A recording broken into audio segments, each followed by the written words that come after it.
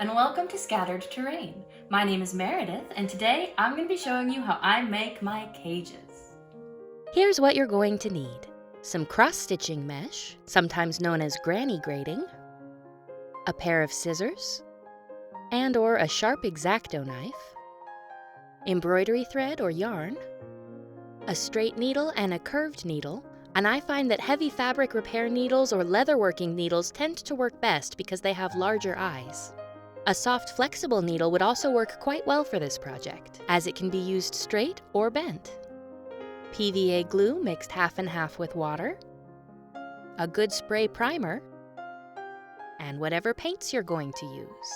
Today I'm going to make a cage that sits on a 2-inch by 2-inch square. So placing the cross-stitching mesh against the ruler that's on the table, I'm going to mark out where 2 inches falls onto the mesh. For this size of mesh, that means counting over 13 squares in each direction. And this pencil isn't really leaving much of a mark, so I'm going to swap out for a marker. That way it's very clear where I'm going to be cutting. And then confirming that I'm marking it at the 2-inch line on both sides, I'm going to just indicate where the corner is that I'm cutting to. I find it helps to make these extra marks now in order to prevent accidentally cutting one square too big or too small. And then lining up the other side with my grid, I'm going to mark out 2 inches the other direction, just to confirm that this center line really is the center. Then using my scissors, I'm going to cut down that center column of boxes, and I'm going to be very careful to line my scissors up as close to the plastic vertical bar as I can. I want to try and eliminate any bumps while I'm cutting. And my scissors wandered a little bit off the line here, so I'm just going to smooth out this edge a little. Then I'm going to rotate the grating and cut again on my mark that goes the other direction, still keeping my scissors as close to the bar as possible, leaving us with one side of a cage. Then picking up the other half of what I just cut, I'm going to repeat the same process, trimming off all of the little bits that have stuck out past the side of the cage, just like so. Then I'm going to grab the other half of the mesh and I'm going to follow this exact same process, trimming both sides of all 4 pieces until I have 4 smooth cage sides. Now setting aside these 4 sides to the cage, I'm going to follow that exact same process to cut out the top. Grabbing my next sheet of grating, marking out my cut line in all 4 directions, then very carefully using my scissors to cut along each side of the plastic along the row that I'm removing. And I find it's very helpful to rest the bottom half of the scissors in my hand while I'm cutting. This gives me a lot more control over the full length of the blade. As you see here, that allows me to cut this entire length in one smooth go, giving me the 5 pieces I need to complete a cage.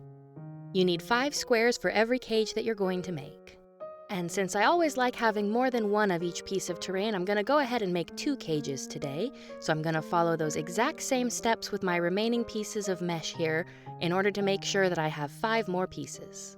And then I'll hold this scrap piece aside for our next step. Just clean up all these little bits of plastic here. Then using that scrap piece that we set aside a moment ago, we're going to cut out a reinforcement for the bottom to give our cages better strength and stability. We're going to start the exact same way by marking the center line and cutting our squares to the size that they are for the sides and top. But this time I'm also going to mark 1 square to the inside of that outer perimeter. And you'll see why in just a moment. The second mark is really more of just a gentle reminder to make sure that I don't accidentally cut too far. Then we're going to use the scissors just as we did before to cut a nice clean line along both sides. And I'm going to do that for both pieces. Making sure that if you don't quite get a clean cut that you just shave down the plastic with the blade until you have a fairly smooth edge. Then I'll just clean up my working space here. And then for the final touch for these bottom pieces, we're going to use an X-Acto blade, and very gently you're going to run the blade on the inside of the line that you just cut out. Being very careful when you get to the end of each line that you don't accidentally cut all the way through. Then just pop the center out, and you have a ring to reinforce the bottom edge of your cages. And since I'm making 2 cages today, I'm going to follow that exact same process again, very carefully guiding my knife along each side of the plastic to give it a nice smooth edge. Just like this. And once again, I'm going to set these mesh pieces aside for later. They'll definitely be useful for something. And now we'll use these in our next step. Once you've cut out your 4 sides, top and bottom, we're ready for assembly. Now with the type of plastic that this cross-stitching mesh is made from, it's difficult to find a glue that sticks to it really well. So in order to ensure that my cages are as strong as I can make them and have the smallest possible chance of breaking, I'm actually going to sew all the edges together. For this, I like using embroidery thread as I've found it to be just about the perfect scale for 28mm scale rope. But you could also use a piece of yarn or pulled apart kitchen twine and it would work just as well. As long as whatever you're using is small enough to fit through the squares of your mesh, it'll work just fine. I'm going to start by cutting out a fairly long piece of my string. So the piece that I'm working with here is roughly 15 times the length of one side of my cage. Then I'm going to grab one of my large eye straight needles and thread the yarn through it. And then laying 2 squares on top of each other, I'm going to thread the yarn through the top corner of both squares. Then lining the 2 ends of my string up, I'm going to pull until I'm sure that my mesh is at the center point of the string. And tie a quick knot to lock it in place. Then you're going to thread the string back onto your needle and work your way down one side of your mesh, making sure that you loop around the outside and through the next hole as opposed to just going straight down to the next hole. By wrapping around instead of going straight through, it creates a sort of a hinge between the 2 pieces and is what allows us to create the cage. Like this. So I'll just undo that stitch and continue sewing my way down the edge, making sure to go back to front the whole way in order to ensure that I go around each time. Now for these cages, I wanted to make sure that I had a very precise look to them, so I was very careful with my stitching, and I only used 1 piece of string to go all the way down the side and then back up again. That way I could make alternating crisscrossing stitches and have a sort of X pattern on all my edges. This extra little bit of detail work is absolutely overkill and entirely optional if you don't want to go to quite that level. It's just as easy to put both pieces of string through the eye of the needle at the same time and just double wrap all of your stitches as you go. That way you only have to cover each side once instead of having to go back. Once you're finished sewing that side together, another quick knot will lock it in place and make sure it doesn't unravel on you. Then fold your mesh open along that hinge that you just created and grab the next piece. Line it up with one of your 2 mesh squares, then rethread your needle with your string and sew down that side using the exact same process that you used for the first side, making sure that you're always going around the outside edge with every stitch. The easiest way to remember is to pick either front to back or back to front and then always sew in that direction. Now as you're stitching, from time to time, if you want to make sure that it's locked in place and not going to loosen up on you, you can do a quick lock stitch. The way that you do that is sewing to the inside of your loop instead of the outside of your loop. And here's a look at what I mean by that. This is sewing normally to the outside of your loop, but if I move my string to the other side of the needle and then pull tight, it creates a bit of a lock stitch that won't loosen nearly so easily and sort of locks in place everything I've done up to this point without having to be a full knot. Oh, and speaking of knots, I've got one in my string here. Just untie that real quick. If you get a knot in your string, it makes pulling it through the mesh a lot more difficult. So I'm going to save myself some heartache and take care of this now before it gets pulled too tight. And then just keep working your way around the edge of the cage, doing the back to front or front to back and making that hinge around the edge.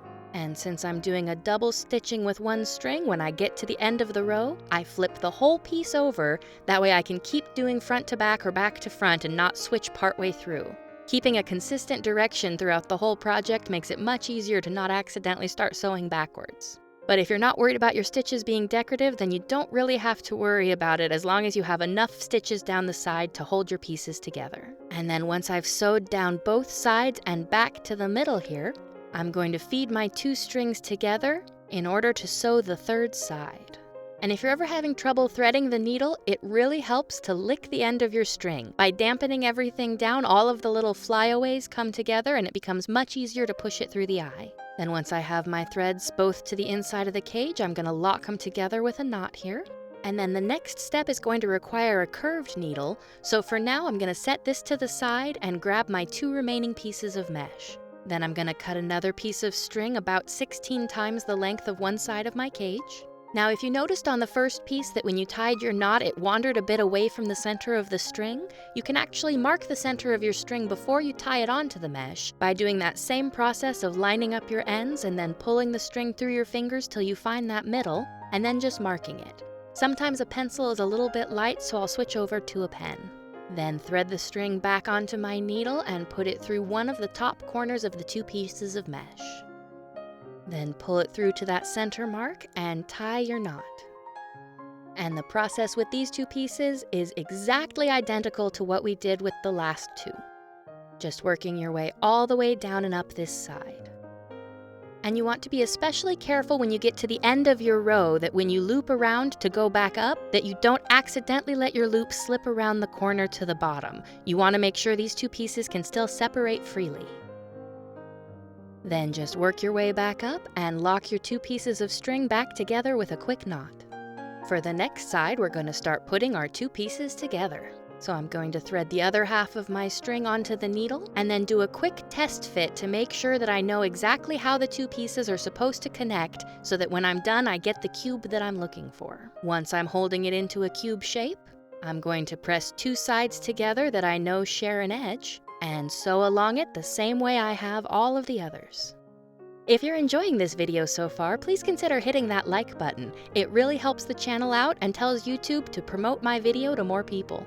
Then once I've made it down and back again, I'm going to pull the thread to the inside of the cage. Then I'm going to make sure the other piece of thread that meets up at this intersection is also pulled to the inside of the cage, and I'm going to lock them together with another knot.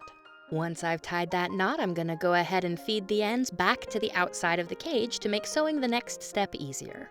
And trying to push this through without having it on the needle has given me a little bit of trouble, so we'll just rethread here and push back through to the other side. All right, now this edge is ready to be sewn together. Now I'm going to look at my strings on the opposite corner and feed them to the outside as well. Once again, if you're not overly concerned about having decorative stitching, you don't have to worry quite so much about inside and outside, but it does give less of a lump in the corners if you feed the strings to the outside. All right, now we're ready to stitch these sides together. Then I'm just going to lick the end of my string and feed it back through the needle. And pinching the 2 pieces together, I'm going to sew this side together just as I have every side up until now, going back to front and looping around the edge. Now, as long as you're able to press your 2 pieces of mesh together so that they touch, you can continue using the straight needle. But if you're having a hard time keeping them together like this, now's when you can start switching over to that curved needle. And then when I get to the end of the line, I'm going to do a quick lock stitch by sewing to the inside of my loop and pulling tight. Oh, and I pulled a little bit too tight on that. It looks like it actually broke the cross-stitching mesh on that final stitch here. So I'm going to go back into the square that I am now and do one more lock stitch just to make sure it doesn't unravel. And let's see if I try this final square one more time. Nope, I really did pull right through the canvas on this. As you can see here, if you pull too tight, this plastic is soft enough to be cut by your string. Then I'm going to go back to that center point and grab the other half of the string coming out of the corner, and I'm going to use it to go front to back instead of back to front in order to get that X pattern on this side. So I'm going to go ahead and swap the whole thing around, that way I don't actually have to change the direction of my stitching, and sew down the side, making those nice little X's. And then at the bottom, I tie my 2 strings together. Now we've gotten to the point where trying to hold the 2 sides together flat is going to be fairly difficult. So it's time to swap out this straight needle for this curved needle. And this will make it much easier for us to sew around this corner.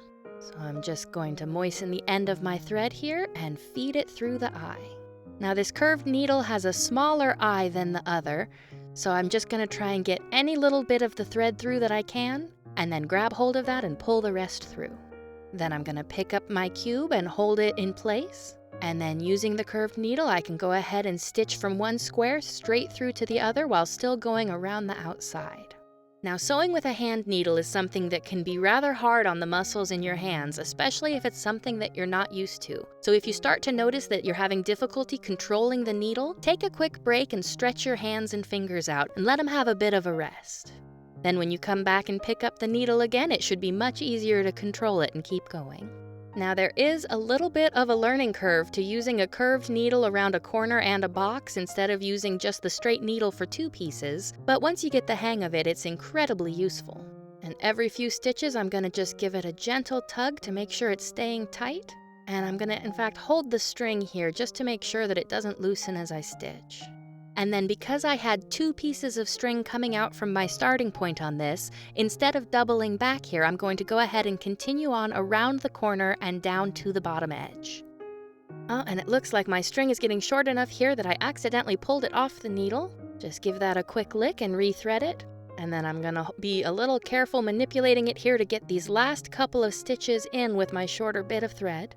Making sure to make that last stitch a locking stitch just to keep this from pulling apart on me while I bring the other string down to meet it. And it looks like in this case my string is just a little bit too short to be able to do the lock stitch while it's on the needle, so I'm going to very carefully thread it through this last square and manually tie that locking stitch by pulling the string through the loop and pulling it tight. Then we'll go back and grab the other half of the string coming out of that starting corner, and then get the string threaded through my needle. And then just as I have with all of the other sides, I'm going to thread down going the opposite direction, making sure each thread makes a nice X over the previous. Now when I get to the side that has that missing square, I'm going to stitch over to it for a moment and tie the two threads together. That way I give a little bit more strength and stability to an area that's possibly a weak spot. Then I'm going to double check here and see which of my two strings is the longest and thread that back on my needle.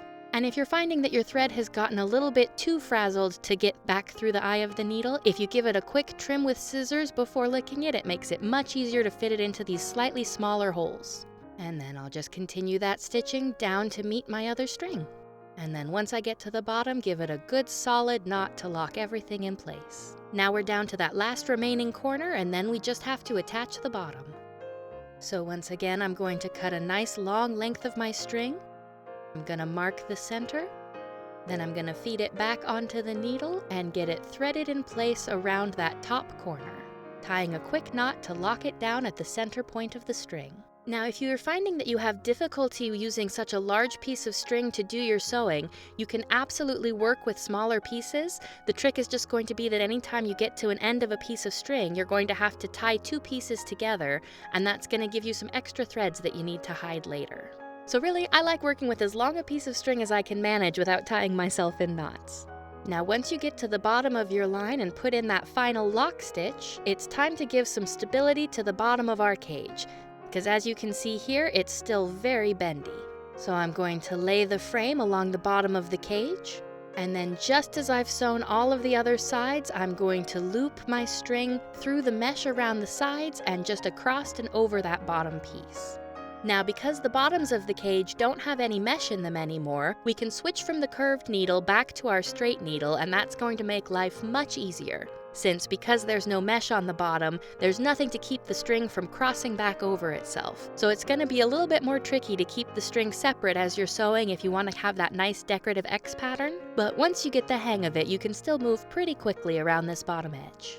And every time that I approach a corner, I like to make sure to put a lock stitch in place just to keep it from unraveling behind me if something happens. And then once you get down to having not enough string left to do another side, go ahead and do a double lock stitch to knot it off. And then go back to the other half of your string and get it threaded through that curved needle and do the exact same steps, just stitching in reverse to get that decorative X pattern. And remember, once you get done going down the corners and make it to that bottom edge, you can swap out the curved needle for the straight needle, and it makes it much easier to move faster.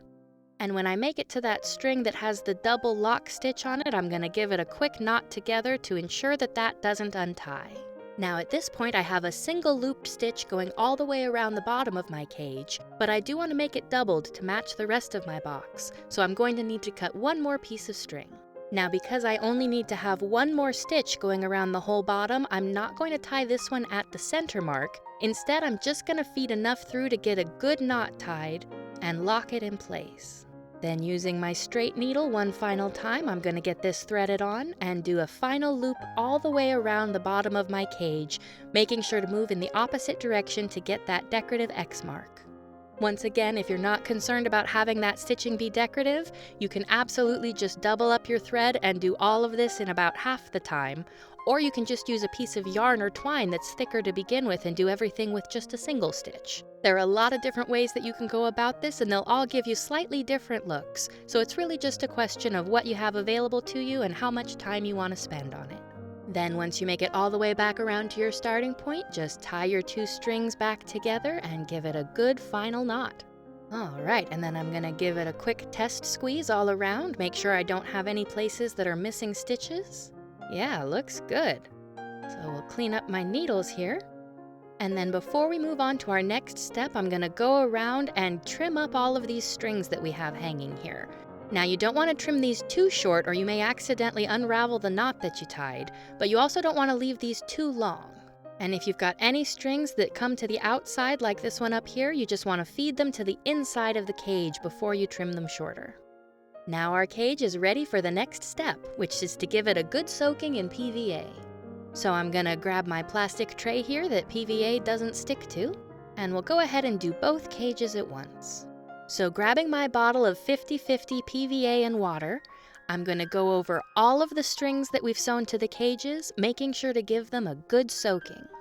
Now when you're putting PVA onto dry string, it doesn't always soak in right away. So when you first start applying it, it may seem to just lay on top, but if you give it a moment to soak in and then go back over it, it will start to saturate.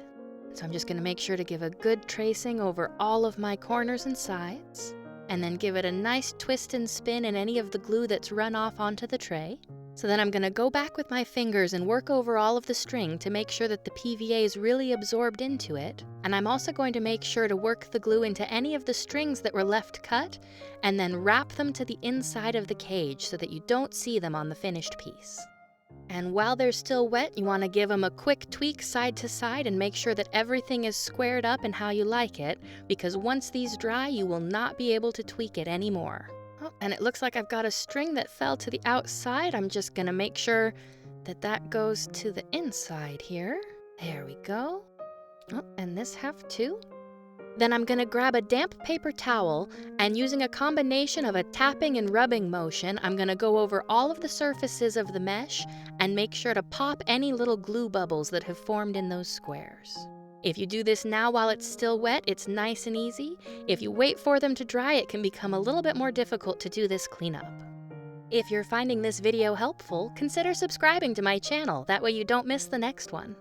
Alright, and then once I'm happy that they are clean and ready to be set aside, I'm gonna take that damp towel and do a quick cleanup of all of this extra white glue here. If you clean it up while it's wet, it wipes up really easy. If you wait for it to dry, it becomes much more difficult. And then I'll just set these guys aside to dry until they're completely hard. Once they're completely dry, I take them outside and give them a good coating with a spray primer, inside and out.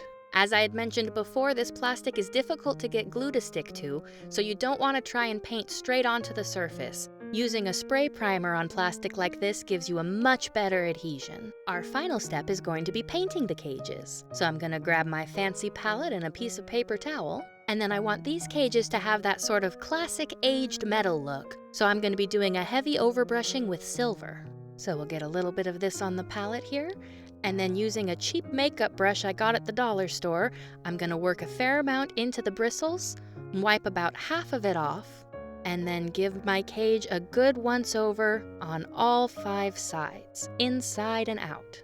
And it actually looks like this silver doesn't give quite as solid a covering as I was afraid of, so I don't actually need to make this a dry brushing at all. I can just go straight from the palette onto the bars here, and there'll still be enough of that black that peeks through to give it the aged metal look that I'm going for.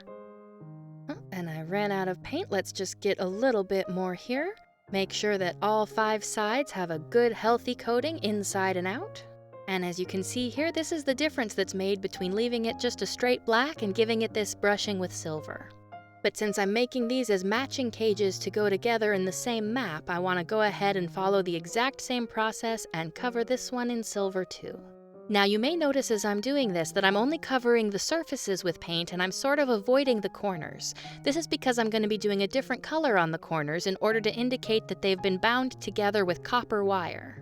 That way, instead of just having a solid colored cage, it has a little bit of contrast to give it some interest and to potentially indicate that there may be some magical intent behind keeping these prisoners in these cages. Now that both cages have a good coating with that silver, I'm going to grab my accent color, which in this case is bronze. So we'll just get a little bit of that put onto my palette here.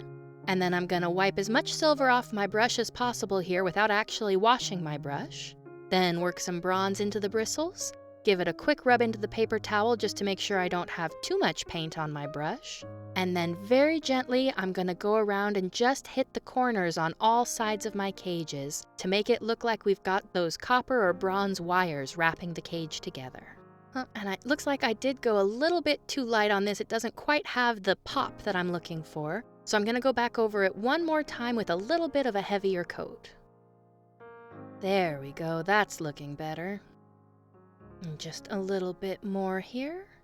And here's a quick side-by-side comparison just to give you an idea of how much of a difference it makes to use that different color on the edges. But once again, because I'm making these to be matching cages for the same map, I'm going to follow the same step of painting all of the wires around the corners with this bronze. Oh, and we need just a little bit more here. And don't worry too much if you have a little bit of this overbrushing color get out onto the center of the cage. All of those other bars that cross are much smaller, so it won't be terribly noticeable if you miss a little. All right, and there you have it, my painted up cages. Now I just set these aside to dry. Now that I've shown you the steps for making a basic cage, let's go over a couple of the variations you can do to really spice it up and make your cage unique. The first cage I showed you was a square of 13 by 13 boxes of the mesh.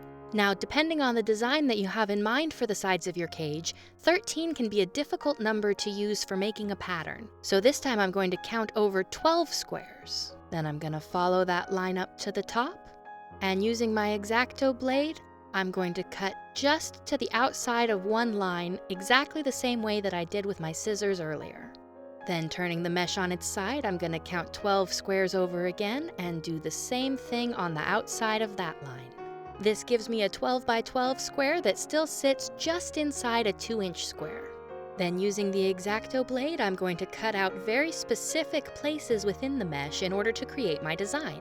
The first design I'm going to show you is a basic barred cage. So I'm going to go 3 squares up from the bottom and then cut down almost all the way through, leaving just the outside edge. Then I'm going to move over and cut the other side of that same little inner piece down those first 3 boxes. Then skipping over the center bar, I'm going to do the same thing on the next 3 boxes. Because we did a 12 by 12 square, that means we can stack 3 rows of bars on each side. Once you've finished cutting out the whole side, it looks like this. The next design I'm going to show you is also done with a 12 by 12 square, and you're going to start with the same step of counting up 3 squares and then trimming down along the outside of that box. But then, instead of cutting down the other side of all of those pieces, you're going to selectively cut halfway between some of them, then skip over a line, cut halfway between those same 2, and then going to the far side of that box, cut all the way down all 3. This should give you a double cross design that looks like this. And because this is also 3 squares high, on a 12 by 12 square, this lets you stack 3 tall as well. Once you've cut this design across the entire side, it'll look like this. Going back to that 13 by 13 square, here are a few of the designs that I came up with. You're more than welcome to copy any of these designs, though it's a lot of fun to play around and come up with patterns of your own. Just remember, as you're cutting out some of these more intricate designs with an X-Acto, it's something that is rather difficult on the muscles in your hands, so make sure to take frequent breaks to stretch. I like to stretch after each time that I finish cutting out one full face. Now that I've shown you several of the different designs and variations that I came up with, let's take a look at how some of these designs look when made into a full cage. As you can see, depending on the pattern that you cut into the side and the colors of paint that you use, you can get a wide variety of cage options all using this same basic technique. I'd also like to take a moment here and just give a big thank you to all of my patrons. The support that you guys give me really means a lot to me. And I greatly appreciate your patience with me as I am still not yet on any sort of standardized release schedule. If you'd like to help support the channel, joining Patreon is definitely a great way to do that, but it also helps just clicking the like button or hitting that subscribe button and letting YouTube know that you enjoyed my video. That helps YouTube promote it to more people and helps recommend my channel to more viewers. Now that I've shown you several different variations of cages, let's take a peek at how these are going to look on the table. As you reach the top of the stairs, you enter what appears to be the artificer's workshop. In the far corner of the room, you see the innkeeper's daughter, locked behind metal bars. As you examine the room and begin working on the lock, You hear a heavy clanking sound coming up the stairs behind you. The construct's arms snake out in all directions, seeking to grapple and subdue the intruders in its domain. Roll for initiative. And so there you have it. That is how I make my cages. Tune in for the next video. I'm going to be showing you how I make my bedrolls. Stick around. Thanks for spending some of your time here with me at Scattered Terrain. If you liked that video, hit the like button. If you want to see more, hit that subscribe button, and I'll see you next time.